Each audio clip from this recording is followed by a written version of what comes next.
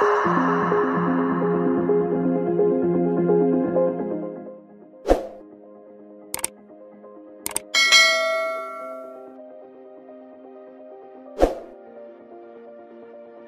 আমরা দেখব টেক্সট টুলের কাজ। সো আমরা এখান থেকে টেক্সট টুলটা নিয়ে নিচ্ছি। প্রথমত টেক্সট টুলটা নিয়ে যদি এখানে ক্লিক করি তাহলে আমাদেরকে একটি ডেমো টেক্সট বা লরেম সামের যে লেখাটি সেটি আমাদেরকে এখানে শো করবে। সো এখান থেকে মূলত আমাদেরকে যে কোনো টেক্সট আমরা নিতে পারবো। সেক্ষেত্রে আমাদেরকে এখানে ওপরে থাকা অপশনের ভিতরে আমরা দেখতে পাচ্ছি টেক্সটের বিভিন্ন ফন্ট চেঞ্জ করার অপশন। চাইলে আমরা এখান থেকে যে কোনো ফন্ট চেঞ্জ করতে পারবো। এখান থেকে আমরা ফন্টে থাকা যে কোনো স্টাইল অ্যাপ্লাই করতে পারবো আমাদের লেখার ভেতরে। আর এখান থেকে আমরা যে কোনো ফন্ট সাইজকে বড় কিংবা ছোট করতে পারবো। এভাবে করে আমরা একটি টেক্সট লিখতে পারবো। আবার যদি আমরা কোনো একটি টেক্সট এরিয়া ড্র্যাগ করি তাহলে এই এরিয়ার ভেতরে মূলত আমাদেরকে লেখাগুলো অ্যাডজাস্ট হয়ে যাবে। তো এখান থেকে লেখা অ্যাডজাস্ট হয়ে গেলে আমাদেরকে এই শেপটুকের ভেতরে লেখাটি সবসময় বড় হবে কিংবা ছোট হবে। তো আমরা যদি বড় করি তাহলে আমাদেরকে এখানে একটি ছোট্ট লাল বাটন দেখা যাচ্ছে, তার মানে কিছু লেখা আমাদের এখানে মিসিং হয়ে গেছে। তো এখানে আমরা যখন টেক্সটটিকে ছোট করলাম তখন আমাদের টেক্সটটি এখানকার যে লাল বাটন সেটিও চলে গেল। তো আমাদেরকে একটি নির্দিষ্ট এরিয়ার ভিতরে লেখাগুলো সীমাবদ্ধ থাকছে। তো এভাবে করে আমরা চাইলে একটি লেখা অ্যাডজাস্ট করতে পারবো খুব সহজেই। তো এরপরে আমরা দেখতে পাচ্ছি পুরো প্যারাগ্রাফটি আমাদেরকে লেফট অ্যালাইনমেন্ট হয়ে আছে। তো আমরা এখান থেকে লেফট অ্যালাইনমেন্টটিকে চেঞ্জ করতে পারছি। এখন আমরা যদি টেক্সটের কোনো পরিবর্তন করতে চাই ইন্টারনাল, সেক্ষেত্রে আমাদেরকে এই টেক্সটের সামনে ক্যারেক্টার লেখা বাটনটি দেখতে পাচ্ছি। এই ক্যারেক্টার লেখার উপরে ক্লিক করা মাত্র আমাদেরকে ক্যারেক্টারের ইন্টারনাল যে চেঞ্জগুলো আছে সেগুলো আমরা পরিবর্তন করতে পারবো। যেগুলো বাইরে দেখতে পাচ্ছি সেগুলো আমরা ভেতরে আরো একবার দেখতে পাবো। Font name, font size, font style, এখানে আমরা আরো বাড়তি কিছু অংশ পাবো, সেগুলোর সম্পর্কে এখন জানবো। তো এখান থেকে আমরা নিচ্ছি, এখান থেকে এটি বাড়ালে আমাদেরকে মূলত আমাদের এখানকার লাইন স্পেসিংটা পরিবর্তন হচ্ছে। একটি লাইন থেকে ব্রেক করলে আরেকটি লাইনে যেতে কতটুকু স্পেস প্রয়োজন তা এটার মাধ্যমে আমরা চাইলে খুব সহজে পরিবর্তন করতে পারছি। আমরা যদি এটাকে বড় বানাই তাহলে লাইন স্পেসিং বাড়বে এবং যদি ছোট বানাই লাইন স্পেসিং গুলো কমতে থাকবে। আবার যদি আমরা এটাকে অ্যাডজাস্ট অটো করতে চাই সেক্ষেত্রে আমাদেরকে এখানে অটো লেখাটির উপর ক্লিক করলে অটোমেটিক অ্যাডজাস্ট হয়ে যাবে। এরপর রয়েছে আমাদেরকে ক্যারেক্টার স্পেসিং। ক্যারেক্টার স্পেসিং এর ভেতর থেকে আমরা যদি ক্যারেক্টার স্পেসিং এ এখানে নির্দিষ্ট একটি সংখ্যা বাড়াতে থাকি তাহলে আমাদেরকে প্রত্যেকটি অক্ষর থেকে অক্ষরের দূরত্ব বাড়তে শুরু করবে।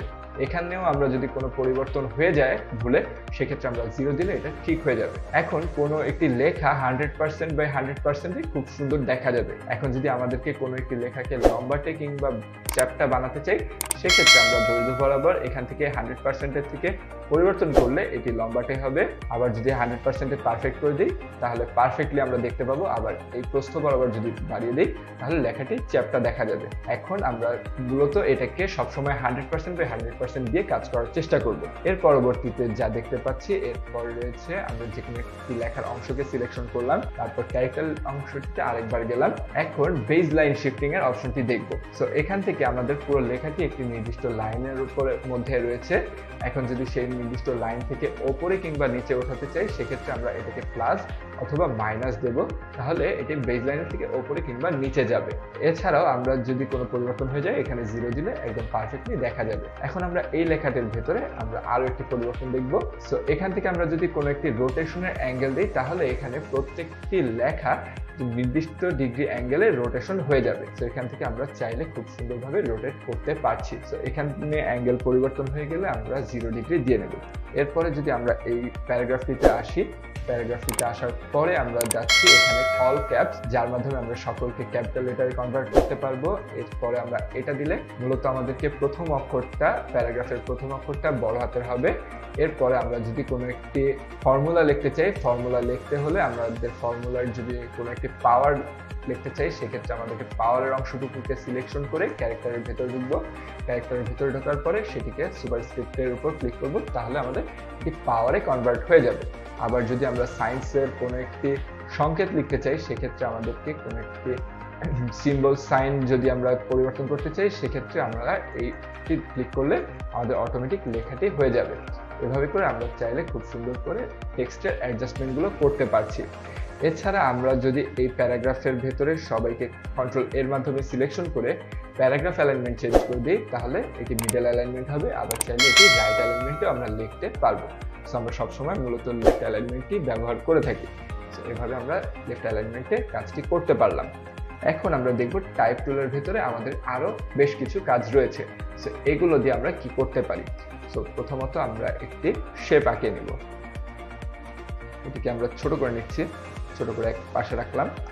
এখন আমরা যদি এলিপস নিচ্ছি, যে কোনো একটি এলিপস নিলাম এবং আরো একটি পলিগনাল শেপ নিচ্ছি।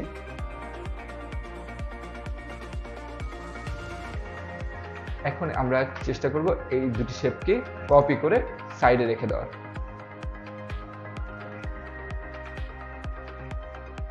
এখন আমরা যদি এই শেপটিকে সিলেক্ট অবস্থায় আমরা টেক্সটের থেকে এরিয়া টাইপ টুলে যাই, এরিয়া টাইপ টুলে যাওয়ার পরে এই পাথের উপর ক্লিক করি, তাহলে আমাদেরকে পুরো টেক্সটটি মূলত আমাদেরকে এই যে বৃত্তটি দেখতে পাচ্ছি বৃত্তের ভিতরে অ্যাডজাস্ট হয়ে যাবে। আর পূর্ববর্তী যে সুপারস্ক্রিপ্টের যে পাওয়ারটি দেওয়া ছিল সেটি এখনো অ্যাক্টিভ হয়ে আছে বলে আমরা দেখতে পাচ্ছিলাম না, বা লেখাটিকে অনেক ছোট মনে হচ্ছিল। তো এইভাবে করে আমরা চাইলে যে কোনো একটি শেপের ভিতরে খুব সহজেই টেক্সটটাকে অ্যাডজাস্ট করতে পারছি। এরপরে আমরা যদি এইটিকেও আরেকবার দেখতে চাই, যে আমরা এই পলিগনাল শেপটি নেওয়ার পরে এরিয়া টাইপ টুলের উপর পাথের উপর ক্লিক করব, তাহলে আমাদের এই পলিগনাল শেপের ভিতরে লেখাগুলো অ্যাডজাস্ট হয়ে যাবে। এভাবে করে আমরা খুব সহজে একটি শেপের ভিতরে লেখাগুলোকে অ্যাডজাস্ট করতে পারলাম। এরপরে আমরা পেন টুল দিয়ে এর আগের বারই দেখেছি যে আমরা যে কোনো একটি পাথ আঁকতে পারছি।